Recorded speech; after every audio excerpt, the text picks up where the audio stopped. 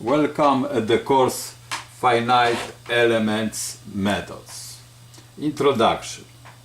There is a broad literature concerning the finite elements methods published since 1950 in the form of articles, monographs and books.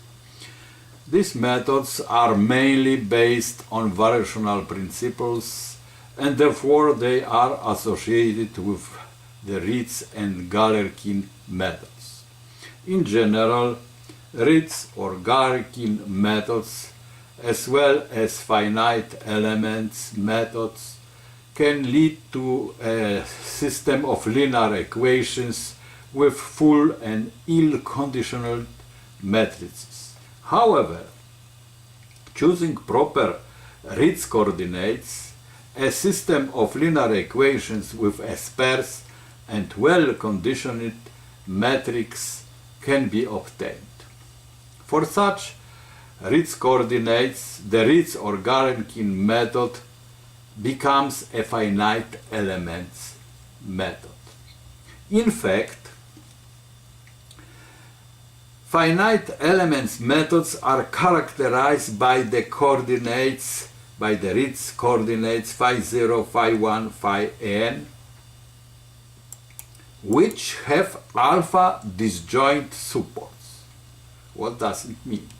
That is, for a fixed alpha, the intersection of the two sets, support of the coordinate f phi I with the support of the coordinate phi j is 0 if the distance between I and j is greater or equal than alpha. For example, a basis of polynomial splines have alpha disjoint supports. Therefore, polynomial splines play an important role in the theory and applications of the finite elements methods. Finite elements methods for the elliptic equations.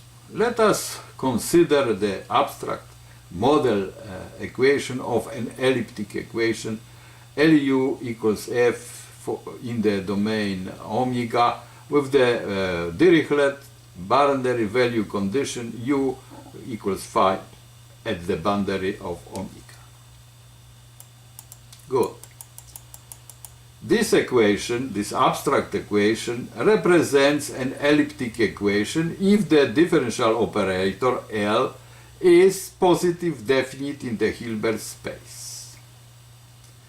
That is, there exists a constant gamma, positive constant gamma, such that the image LV is greater or equal than the positive gamma times the product V times V for all V in the domain of the operator L, where the domain is everywhere dense in the Hilbert space, so that the closure of the domain in the norm of the Hilbert space is the whole Hilbert space.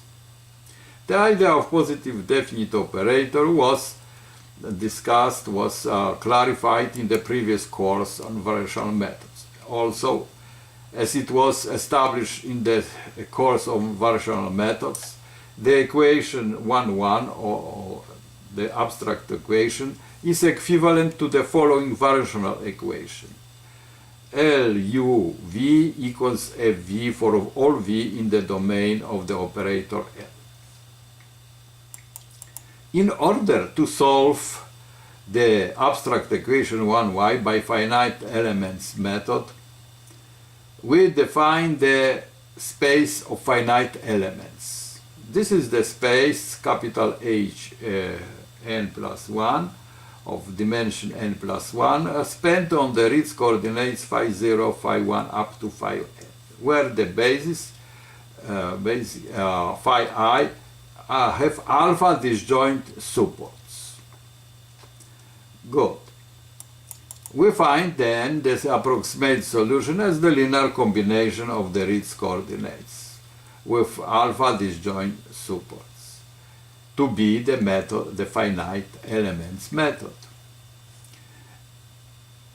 Then we solve this, we find this equation solving the following Galerkin system of equations. L un phi k equals f phi k. So the variational equation, this variational equation, we consider only for the coordinates. And it is true that if the equation holds for the coordinates phi k, then it holds for all v in the domain. Good. The matrix form of this linear system of equations, n plus 1 equations, k from 1, 0, 1 up to n, and n plus 1 unknown coefficients a0, a1, an, we can write this system of equations in the matrix form. This is the matrix form, A equals B, where the unknown vector A is here, of course, we consider as a column, and the vector of right-hand sides, this is here, where that BK are the products. Cool. And that matrix is given here, is a Gram matrix in the as L is positive definite operator, then L phi 0 phi 0 is the inner product in also. So because the basis elements have alpha disjoint support by assumption, therefore A is alpha plus 1 diagonal sparse matrix. Also, we note that A is non-singular Gram matrix, as we have said that it is Gram matrix in the product L.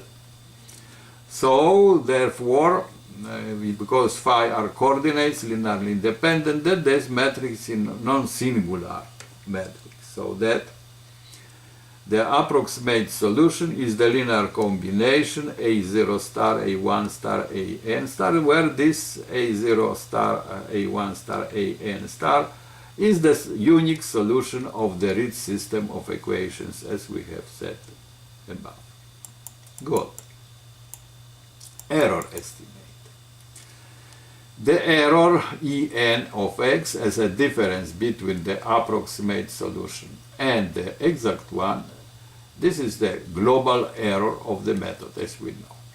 As it was established in the previous course, variational methods, the global error satisfies the inequality in the L norm, in the energetic norm, that the global error in the energetic norm does not exceed the difference between exact solution, fixed solution, minus any eta from the energetic space HL.